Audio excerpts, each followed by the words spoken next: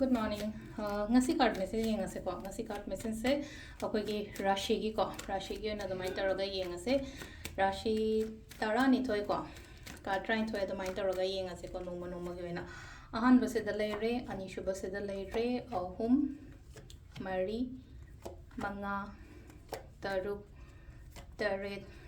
nipan mapan tara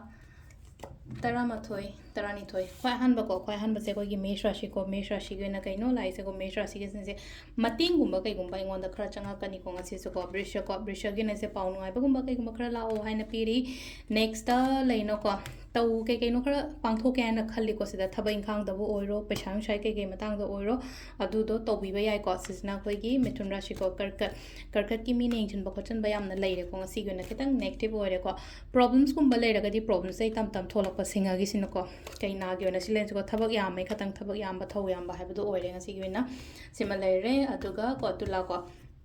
Tulagi se sinalese masak thokpa pot kumba kai gumba lak pa changak pa imung se imung nungai gani ko imung shanti de lei gani haidi harau ta yam ba khotpa adumai taraga piri ko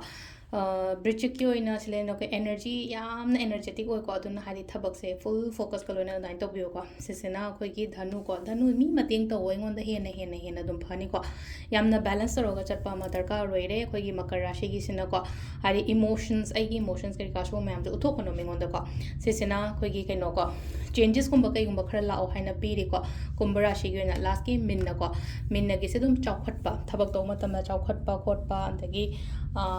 keno harasene ko samna habada aingo akhoi gi